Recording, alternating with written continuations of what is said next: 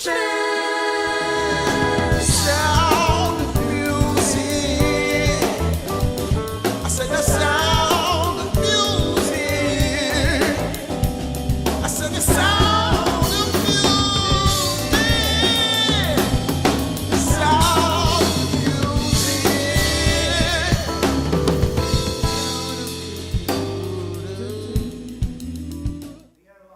Welcome all. I'm Bruce Smith, your host for Live from Sound of Music, and our very special guest this week is Mr. Jay Thurman of many, many different musical outfits that we will discuss in detail, probably to his great discomfort. How you doing, Jay? Great. Absolutely fantastic. Yeah, so how are you working around the pandemic life? How are you doing? It's kind of boring. My job's got me working from home, so excitement is going to the grocery store. Now, what is your current career path? I am a commercial insurance underwriter. Cool. Not really. Well, that's interesting, though. Things happen. Yeah, things happen, and people need coverage. So I kind of work in the middle. I don't sell insurance. I just kind of work in the middle. And of course, we know that's not your real career because really, Jay's a rock star, like I am. And we do other things just to help out the people in general, but what we really do, subsidize what we do is play guitar and subsidize our music. Yeah. So. And the comfort of living that we've grown accustomed to. So it's probably going to be obvious, but I'm going to ask, how has the pandemic affected you as a musician? Have you been practicing writing, just not doing jack shit? What? I would say mostly jack shit, but I tend to gravitate to a guitar to just work out whatever mental frustrations I may have on the day. It's a good way to blow off some steam. And I've been trying to write some stuff, but as we were talking earlier, it's like I'm kind of in a little bit of a funk with this whole COVID thing, like a lot of people are. It's just kind of waiting for the world to get back to a little bit more normal. Have you found that like the pandemic has any effect on what music you're listening to? A little bit. I have gotten into angrier stuff. Me too. I've listened to a little bit more metal. I've also listened to a little bit more Americana stuff. Gloomy Americana or cheery Americana? Kind of both. I mean, I kind of I've rediscovered bands that I kind of like had dabbled in a little bit and was like, yeah, I kind of like them, I just never really dove deep into their catalog, and then I started like finding myself just like, late at night going down the rabbit hole and just turning next song into next song going, man, I really should have been more into this band back when they were really happening, but. I kind of do. I went through a Black Sabbath phase. Okay. And then I went through some like that band 16 Horsepower, who were kind of an alternative, gloomy, preaching country band. Mm-hmm. They're now called Woven Hand. And then I think the other thing I've done that was kind of different as a trip to nostalgia back to the day is I used to like that Bob music magazine that came out as a newspaper. Yeah, I remember and that. I saw a bunch like in a bundle on eBay and bought them. There you go. So when I've had my reading time, I have gone through them and I remember that band. Mm-hmm. Let me check them out on Tidal. Oh, yeah, I remember them. But kind of going through some catalog stuff too, like you mentioned. I tend to get a little nostalgic too, and I go back into one of your favorite bands. I go back and every once in a while I have to crank out the Hoodoo Gurus, man. It's just, it pumps me up a little bit. I have good news too. I don't know if you know this, but they were booked to tour 2020 fall. Now they are booked 2021, but there is a strong possibility they are playing in Richmond in fall 2021. Well, that would be a show. On a new album tour. I'll be there. I'll be there for sure. I saw them about 8 years ago. They played DC. They were awesome. They were incredibly loud. You can relate. Yeah, I like loud. So. Yeah. So I know that your current musical endeavor, when you're allowed to proceed, is the Hellhounds. So tell me about the Hellhounds and how y'all got together, and what's the aesthetic? What's the purpose? I don't know if I know any of that one? stuff. It's interesting because it's let's see. The short is Paul Zimmerman, Jeb Hillsman, and Travis Wasco were already kind of working on a band. And Paul and I have known each other for a long time, and Jeb and I known about it. I really didn't know Travis. And they were messing around with an old song that I helped write in Car Bomb, and they asked me to come over and jam with them on it, and I did. And they liked the way the two guitars sounded, and they basically like, well, how do you feel about being part of this? And I said, yeah, sure, I'll do it. You know, whatever you need me to do, I'll do it. I was like, you know, it'd be fun, you know, and I liked the way that I'd never played in a full loud band with an upright bass player. I got to play with Johnny Checca doing just a two-man thing, which was fun, but playing electric and loud and trying to create around an upright bass was cool. And Travis is, I mean, the guy can finger pick. I could never finger pick. I'm not coordinated enough, but he can finger pick, and I thought that was really cool. And I just try to figure out how I fit in between that, you know, bringing some of that rockabilly stuff that I did along with the rock stuff that I've done, and try to, kind of, what's the word I'm looking for? Navigate how I can fit in there. So it's been cool. I mean, we haven't really done anything. I mean, we all have adult lives and trying to keep our heads above water during the pandemic, and you know, we chat every once in a while. And you're not doing Zoom and all playing together through Zoom? I don't think any of us give Jeb some chopsticks to bang on a table with. I think probably two of us are technically savvy enough to pull that off. I'm not one of those two, so yeah. So we keep it kind of, you know, we're looking for it to get, like I said, to get a little bit back to normal. And then, I mean, I miss those guys. I miss playing. I miss hearing stories and talking to them. So, you know, we try to chat when we can, and that's about it right now for that. Cool. How would you describe the band's style for those who have not heard the band? There's a little bit of everything. It's very eclectic. There's elements of country. There's elements of blues. There's elements of metal and punk. I don't want to say I don't know if it's necessarily a fusion, because we all come from, I think it's just naturally songs take on their own character because the four of us come from four different worlds. Jeb's a great metal drummer. Mm-hmm. I mean, he's played a lot of different styles, but I knew him best as saying, like, you know, he gets that double kick going. It's awesome. Paul playing upright bass. He's done a lot of rockabilly and country stuff. Travis had never heard much of his music before I met him that he did before, but knowing by his guitar playing style, I mean, he definitely likes, he definitely is into blues, great guitar licks. He's into bands like Clutch. He likes, you know, grunge rock. I mean, not grunge. Stoner rock. I mean, and then I bring to the table the other mess of garbage that I've listened to growing up. So, tell me about the wrestling song you recorded with us. Seems like a long time ago. It's probably a couple years ago. Can you tell us the name and a little bit what was up with that? Well, so the Hellhounds played a show, and Chris Harshow was there, and he asked to interview us, and we were like, cool, you know, whatever. And we were talking, and then I knew that he had done wrestling, and he was still doing it. And we started talking, and he, you know, and I was like, you know, I grew up being a fan of wrestling. I'm still a fan of wrestling today. I think it's wonderful entertainment for my brain. And, you know, at one point in my life, there was a point I wanted to be a wrestler. I thought it was just really kind of cool. That was not going to happen. That involves a lot of, like, exercise and stuff I wasn't willing to do back then. There is that. And rock and roll was so much cooler. So we just kind of started talking, and I found out that he wasn't really happy with his entrance song that he had. And when we started talking and understanding his current character, I was like, man, I can write you a song. I'm basically begging this guy, let me write you a song. And then we were talking, we traded numbers, and then, you know, we started texting, and he's like, are you serious? I was like, I'm serious. And I can't remember the name right now because you put me on the spot, my memory's shot. But you know, I started working on this, and it was a little rockabilly thing, and I wrote it in like 30 minutes. I already kind of had the idea. You know, when he told me where he wanted to go with it, started writing down some lyrics, and and it was, I think, yeah, it's called Are You With Me?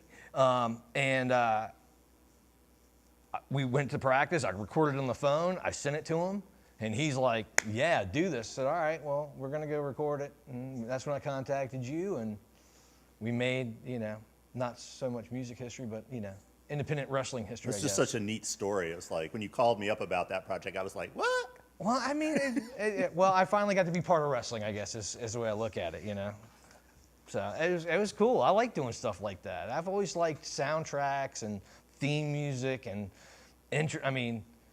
Shaft. I mean, come on. I mean, the guy had his own theme song. Why shouldn't everybody have his own theme song? I mean, I got married. I convinced my wife to be. I was like, you get to march down the aisle to a song. I want to too. And so I did I did 2001: Space Odyssey, and so did my best Ric Flair. That is so neat. Yeah. Man. So I had fun. So. I know we can always find the originality with you, Jay. There's nothing original about me. Okay, well, we're going to cover that in a minute. Okay. But hey, once again, I'm Bruce, your host. We're here live from Sound and Music every Wednesday. Please subscribe to our YouTube channel. Swell our membership so that YouTube will think more of us. And we're here with Mr. Jay Thurman, and we're talking about some music history, what's going to happen in the future, what's going on now. So, Jay, now I want to get deep in the dirt with you. Okay. Kind of stuff. I don't want you to get your band members arrested. I won't get them arrested. But in the current band, could you tell me one thing about each band member that the general public might not know or guess? All right. Do I say who they are and Yes. what they do? Okay, all right. I'll start with Jeb. Jeb, I mean, if you see Jeb on the street, a lot of people are going to go, that guy looks like a mean-ass biker. I'm stepping to the other side of the curb. I'm going to avoid this guy. And all it takes is 30-second conversation with this guy to realize that he is nothing but a teddy bear. He's a good time. He's a sweet guy. He's a great father. But that's the thing but by looking at him, you wouldn't know that. I mean, everybody has preconceived notion when you see somebody walking down the street, good or bad. That's the way the world works. And so you see this guy, he's got this long beard, long hair, tattoos, just looks badass. Looks like I'm not messing with that guy. And I still wouldn't. I mean, I'm sure he could tear me apart, but I've never seen that side of him. I don't think that he really has a mean bone in his body. So that's probably the one thing I don't think most people know about Jeb unless you get to know him. Mm-hmm, that's true. Now, Paul. Paul, too tall Paul. All right, so Paul, not to say he's not a nice guy, because he definitely is too. The thing that I think is most intriguing about Paul is his intellect. His job is interesting, and he is very technically savvy. I think that if he wanted to be an engineer and build buildings, he could do it all by himself. He wouldn't need any help. He's that guy. And I mean, he's kind of, I would consider him more of a tech guy than I am. But again, you wouldn't know that by looking at him. I think he's a really smart guy, and that's probably him in a nutshell. Now, Travis. Let's see. Travis is another guy who looks like a biker. And what you probably don't know about Travis, too, is he's another giant teddy bear. But he's an aspiring drag racer. Wow. Yeah, I mean, he's building cars. He's trying to get on the hot rod circuit eventually. He wants to do that. And I think that's interesting because I've known some guys that into racing and drag strip and stuff like that. But I've never known anybody who actually built their own car. I mean, he's taking the frame, he's getting the cages in there, he's doing all that stuff, making sure it's safe and ready to drag. So That's cool, except for one thing. what's that? You should really be playing guitar. There should be one master He's, after spouses and things. yeah. Yeah. Well, So- that's the thing is that we're all very eclectic. That's kind of why we get along. I think is that we all have these separate interests outside of music, but we all gravitate back to music. You know, I think that's the music is, to me, I've always said music has been the best drug that I've ever done. I mean, it's kept me out of so much trouble. And it's got well, I've gotten into trouble, but not gotten caught, you know. But that's music, right? So it's something that, you know, those guys are great. I can't wait to get back and start messing around and seeing what we come up with now, because now we've got, you know, however many months it's been, 6, 7, 18 months of 14 days to flatten the curve, that when we get back together, you know, we may come up with something new or have, you know, just the noise that you make. Sometimes I like just doing that. Get in a room with your guys, just riff on something, see where it goes. I'm thinking Paul's going to come in with like an electric violin, and y'all are going to go prog. We might. You never know. I think that's what's happening. We just go really mathy. Yeah. Yeah, that'll be You'll fun. be wearing some of those like flowing kimono robes like they did in Yes. I think It'll we be each should have awesome. our own character. I think you Paul know? would look good that way. Yes, he would. It'd be a really tall, I would like to flowing see robe. Paul like in like a powdered wig. Oh, yes. Yeah. Yeah. So let's talk important stuff now, though. Okay. What was your first guitar, and why did you start playing, sir? First guitar was a Christmas gift from Santa. It was a Yamaha acoustic. Of course.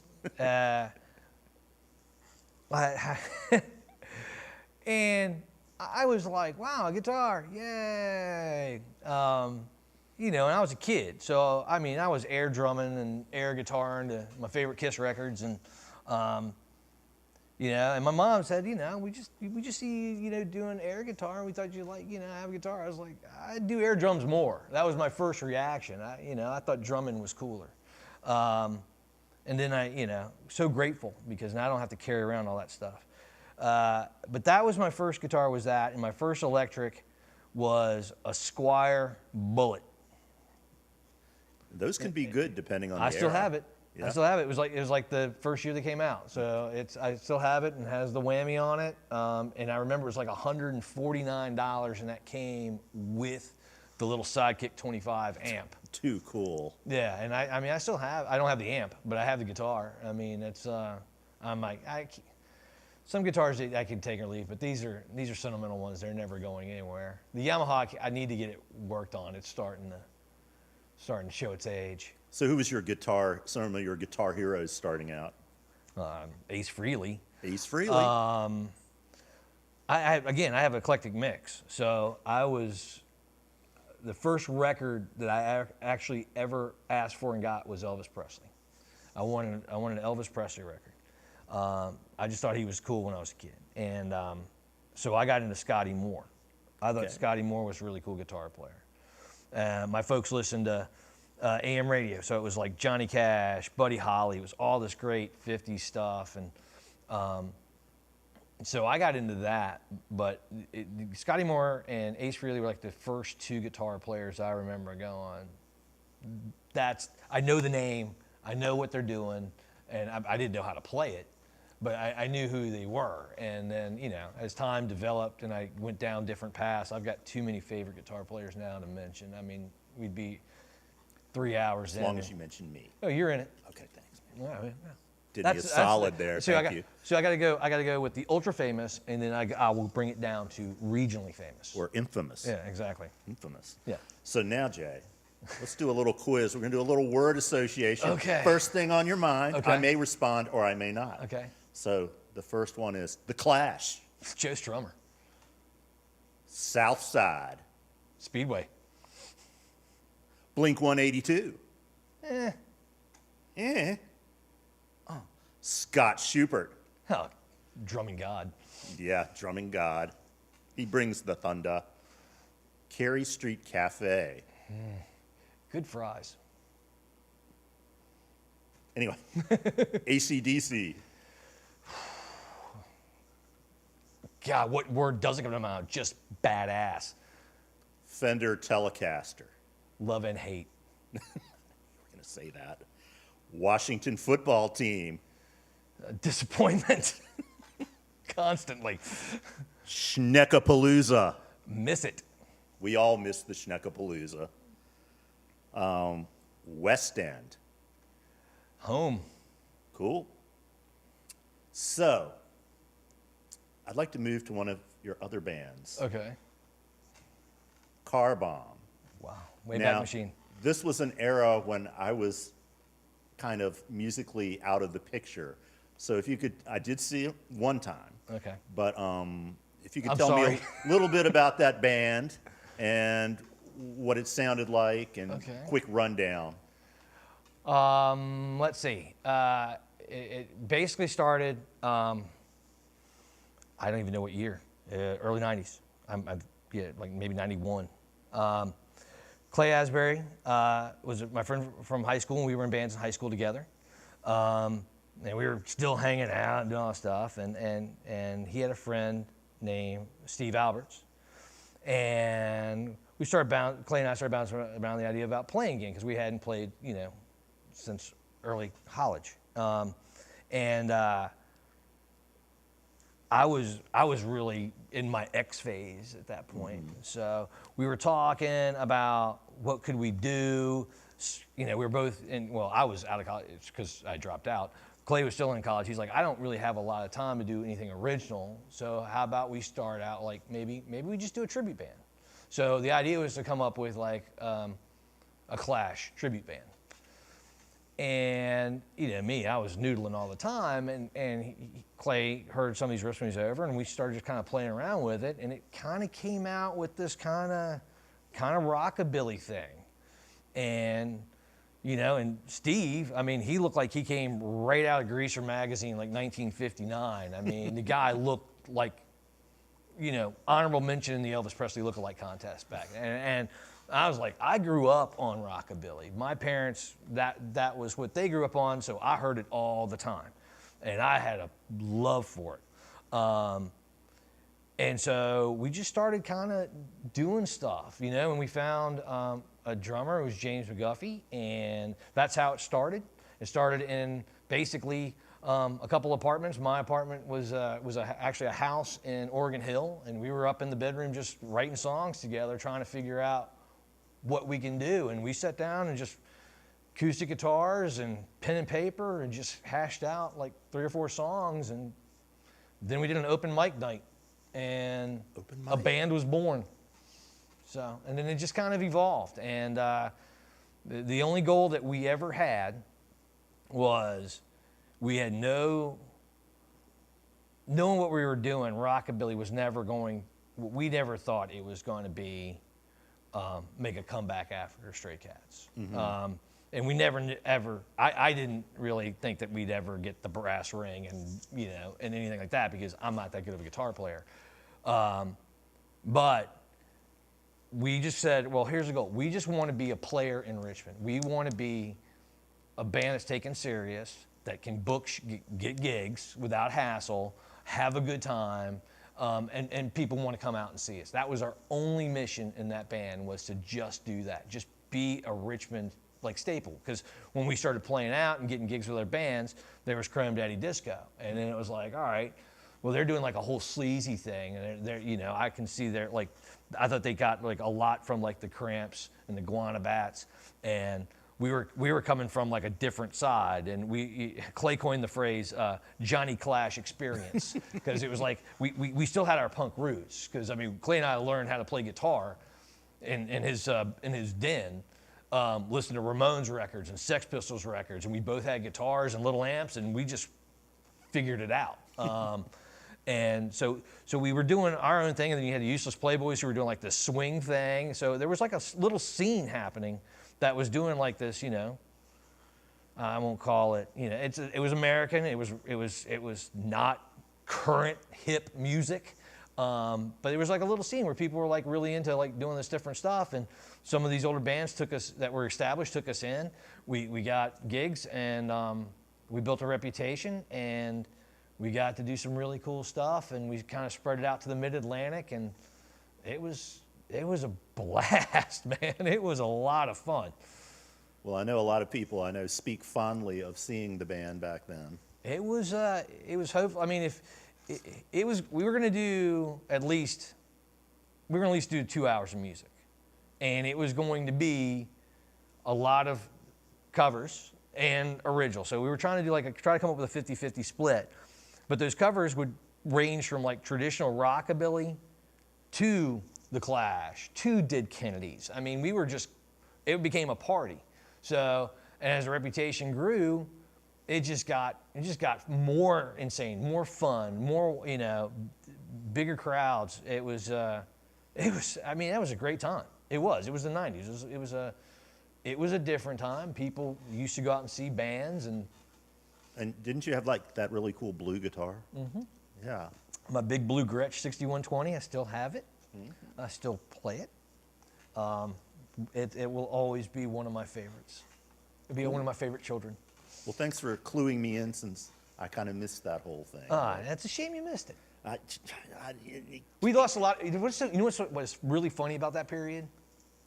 A lot of people that were like in the music scene that we were like friends with, like again, like from high school and college, that did all, like I would say, a little bit more contemporary for the time. We got kind of shunned by some people because we weren't. Well, yeah, because we were doing something that was fun. We weren't trying to revolutionize music. We weren't trying to be songwriters, and we weren't talking about our feelings. We were just like, here's a song about a car. Here's a song about a girl. Here's a song about a fight in a bar. I mean, it was just, let's just get back to the basics, because I always felt like rockabilly and punk rock, someone said this, that they're just two tracks, The train goes down two tracks, right? Mm. They're right beside each other, parallel the whole way. They're basic, they're simple, they're fun. It's something you can tap your foot to while drinking a beer, or you can dance to it. Which is fun and part of the point of rock and roll. Especially when, I hate to use the term when you're young, but when you're young, I mean, go out and have a good time, celebrate, dance. I mean, I got no problem with dance clubs. That's important. I mean, get the music out there. Have people go out and have a good time. That's celebrate life, right? So what were some of your favorite places to play around Richmond back in that era? Wow. Let's see, there's a lot to name. How about if I just start with my favorite? Okay. My favorite, and this is not a slam on anybody else, but was Moondance Saloon. Okay, cool. Moondance Saloon was by far my favorite. It wasn't big. You could pack it in there. It was under great ownership. Chuck Wren was a really, really good guy to work with.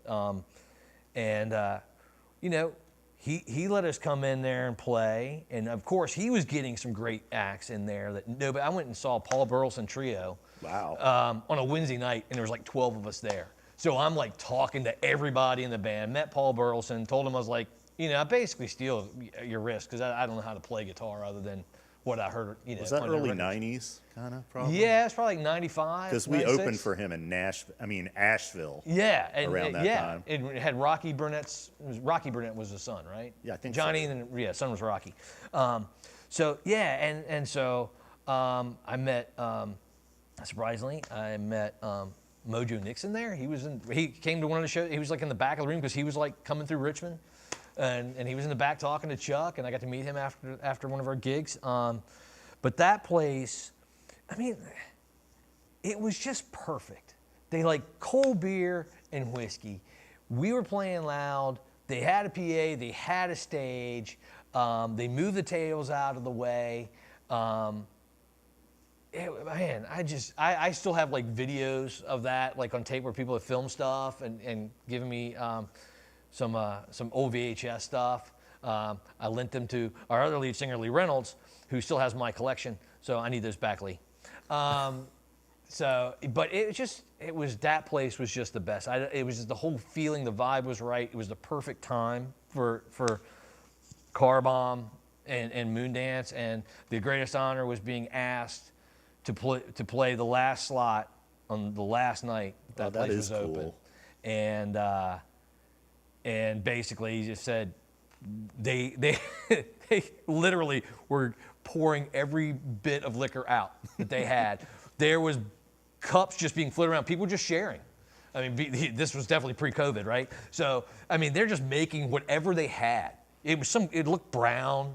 It's not bourbon. It's just all the red and the green and the blues and whatever just came out brown, and they just passed it around. Like, everybody have a sip, go, just pass it around. And this place was like standing room only. It was just sweaty, it was crazy. People dancing on the bar, people on the stage were just dancing. That was like one of my highlights. I was like, that's probably the best party that I ever have been to, and I got to play it. So that was great. Wow, that is an experience. Yeah. So, I'm going to be tricky now. Oh no, tricky. Jay, what is your favorite Saturday night record? My favorite Saturday night record right now?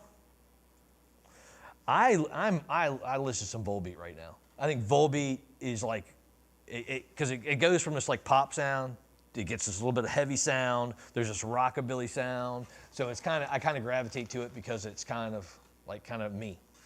You know, I get a little bit of all that. Finnish or what? Aren't they are from Denmark. Denmark, Yeah. that's right. And I got to see them actually. My wife took me to Baltimore and see them. They were the headliner. And I was kind of, again, this was one of those bands where I was like, yeah, I've heard some Volbeat. It's like I'm not, it's good. I like them. It's just I haven't sunk my teeth into them yet. I went because I wanted to see the opening band, Danko Jones. So she took us to see them. And then Volbeat went on, and I was like, yeah, I'm sold. I'm in 100%. And I have been a Volbeat follower ever since that show. I was like, loading everything into my phone and just going with it. Were they loud? They're loud-ish. Oh, well, what a good transition, because I'd like to talk about something that's loud. Your time with the Octane Saints. Now, one thing I like That time is not over. That time is not over. Okay. But one thing I like about the Octane Saints is they don't give a shit how loud they are. They're going to be as loud as they want. Scott hits the drums. Y'all bring out the big amps. It could be Pose. It could be Grandma's living room. The Octane Saints are bringing the sound. Well, that's not entirely inaccurate. The problem is, of all these years of playing music, we're half deaf. So, plus, we do, the idea of the Octane Saints was to kind of have that old school rock. Yeah. That's why we played through half stacks. We just bring that back, 412s, 100-watt head, crank it up. Now, the thing is, I play through a Fender head, which that 2 to 3 range is not really doing anything for you. You have to put it over 3. So then you get a little bit of meat coming out of the speakers. So that just happens to be at 3, it's loud. Now, how would you, for those who don't know, describe the aesthetic musically of the Octane Saints? Good old-fashioned bar rock. It's that. You talked about the Hellhounds, which I love. You talked about Car Bomb, which I love. How can I put this? Of all the bands I've been in, this was the one I probably had my biggest footprint on.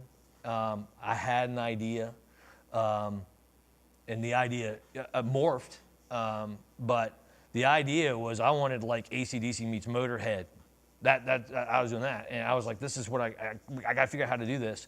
And I met Tom Strell, and he played bass, and I was like, well, we can do this. And then I had another buddy that played drums, Doug Yabauer, and we started talking, and like, yeah, and I was like, well, who do I know that could play some rock and roll with me? And I said, Indeed.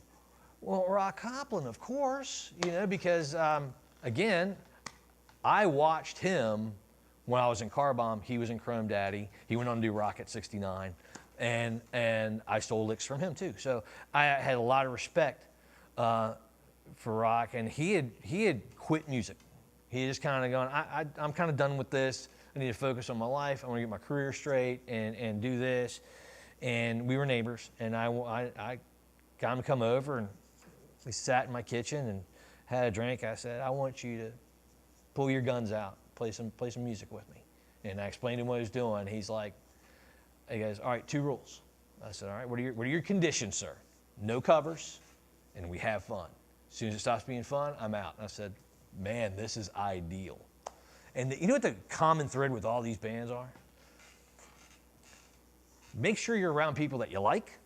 make sure you're around people that are talented and actually more talented than I am. So I mean, they make my life easy. Whatever I do, I mean, I've leaned on them to tell me, Jay, that sucks.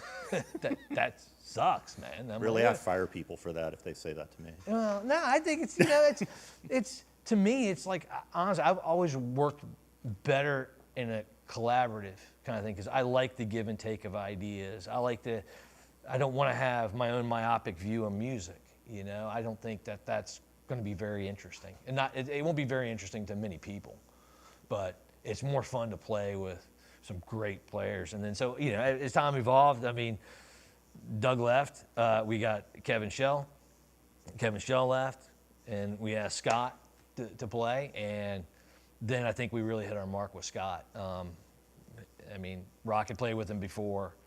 He had done a couple gigs with the Octane Saints because we needed him to fill in because of, you know, family emergencies and stuff like that. So we knew we could play with Scott, and I've watched Scott for years. He sounds great, but he looks great playing the drums too. Yeah. I mean, and the drum kit is he fine. is a rock star every way you look at it. And so the Saints is just it's kind of been like my baby. I've always loved that, maybe just a little bit more because I kind of felt like I kind of made this happen a little bit more instead of it being less happenstance, you know. Scott's one of those guys too, because like when I first saw y'all a few times before I knew y'all, he's very fierce looking on stage, and he'd come off, and I'd be like, and he always was so nice to me, and still is. Well, and that's the thing is like, you know, I don't want to be in a band with a bunch of jerks. I mean, Yeah, it is kind of I mean, downer. whether they're a jerk to me or jerk to other people, it just makes everything tough. You know, I don't need that. I don't like playing with other bands. I don't want to share the stage with another band if those bands are going to be assholes. I just don't have time for it. Yeah, it's kind of like when I am asked for deep wisdom from younger musicians, I say, don't play in a band with jerks and don't carry dead weight. Yeah, the dead weight part. You know, my thing is, it depends on what you're doing. Yeah. I mean, some people have looked and said, you know, that guy's not that good, or this guy's not that good, or you could be in a band and you have segments that pull off and say, well, you know, that guy's causing a problem. Well, you know. I meant more like in the sense that like so-and-so never shows up for practice, but I'd feel bad if he wasn't in the band. There's a point where if you're not, well, that's the thing is that if you want to be in the band, be in the band. Yeah. If you don't want to be in the band, then go do whatever you want to. My favorite to young bands though is don't beg for a gig and then cancel at the last minute. Oh, that's a good one too. Yeah, that's one of my favorites. You know, like, oh, my bass player couldn't get off work. You've known about this gig for a month and he couldn't get off work this Friday night that you begged me for 2 months ago? Okay. Yeah, that's a bad idea. Well, I mean, I feel bad for me because that kind of ticked me off. Because like I had promised 2 bands, you know, so much music, and now I'm trying to find a filler at the last minute. Anybody that will help, you know, fill the show. And then on the other part, I feel bad for the band going like, that dude's, you know, if you're okay with that, you're just going to be losing gigs because I feel like you begging me for a gig means that you want to play. That guy doesn't. So, you know, maybe, yeah, that's some dead weight too to deal with. I get it. Yeah. So, what is your favorite current Sunday morning record? Sunday morning record? I don't really have a Sunday morning record. We'll make one up, damn it. Right now, all right, so here's the thing about me that nobody probably, or only I'm listening. some people know. It's not all rock and roll with me, all right? I'm also half jock. I love sports. I played in middle school, and I broke my arm in my freshman year of high school during football season, and I was going to try out for basketball. And my arm healed, but I wasn't coordinated yet to get and actually play basketball, so I didn't make tryouts. They cut me pretty quick. But that's where I really picked up the guitar. And a neighbor around the corner, Eric Sorg, who is no longer with us, one of the funniest men I ever had a privilege to call my friend, he helped me learn guitar. And we formed a band like in high school, literally like from the time I got the guitar, 30 days later, we're forming a band. He's lead, I can play rhythm. Let's go play some high school dances and meet girls, which was a lot. And that's when I realized rock and roll is so much better than sports for meeting girls. I wanted to meet girls, but I was not, I wasn't very outgoing. So thinking sports, well, you know, that, yeah, you always see there's always girls that are dating guys who are playing sports. You know, it's kind of been like, you know, tradition in the world. But it didn't really work for me because I had to go and talk to them, and I wasn't good at that. But playing music, you play that show, they come up and talk to you. You don't have to you don't have to be the icebreaker. Your music's the icebreaker. It makes it so much easier. So my Sunday morning record right now is a bunch of music that kind of gets me pumped up because I go and play football on Sunday mornings right now for Richmond City Sports Social Club. We got a co-ed team. It's two-hand touch, but it's fun. And so I listen to, let's see, on my mix is some LL Cool J. I got to have Mama Said Knock You Out. That helps me out a lot. My wife likes Skillet. I like Fozzy. So I just do like a YouTube mix. I just like go, put in a thing and just see what happens. And Wilson's kind of fun to listen to too. Really? Damn, I wanted to hear like something about how you were listening to something deep and dark that was thought-provoking, like putting on that Joni Mitchell record at 7 in the morning, but you've disappointed me once again. Sunday's my day to repair. Okay. Sunday is my day. That's valid. Where, okay, Sunday, I want it to be like Lake Placid. I want it. So I just get up, coffee, we'll have our breakfast, we'll chill out, we'll think about what we're gonna do. It probably is not gonna be anything too super serious. Hopefully I've already taken care of my super serious adulting things on Saturday. So I can just have Sunday just to decompress and we can do something fun. And I don't even think about music on Sundays typically. All right, well, since you went I know, I suck. lighter on me, I'm gonna ask you for your final question, Jay. Final question. Final question. Once again, live from Sound and Music, I'm Bruce, your host. We're here with guitarist, singer, songwriter, Jay Thurman, with a thoroughbred pedigree of many bands. But we're going to ask you this, Jay. If you had one more thing in your life you wanted to accomplish musically, what would it be? Be the first loud guitar player on the moon. First loud guitar player on the moon? Yeah, somebody's going to go up there with an acoustic. I need to go up there with a stack. Well, you know what record they sent into space on one of the, I think of the Voyager or one of the things? I do, but it's Chuck Berry. Chuck Berry, that's right. You got to have Chuck Berry. Well, you know, Chuck Berry in space, you on the moon. I think we're good. I know. I'll take Mars. I mean, we are working that way. Maybe let me go to Mars. Yeah, well, you know, when I was a kid, I thought we'd be on Mars and have flying cars and and be like robots. the Jetsons. And I have been sorely disappointed.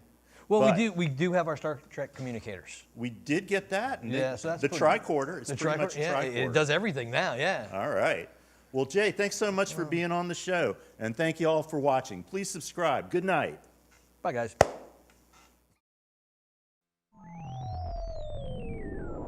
WSOM Richmond.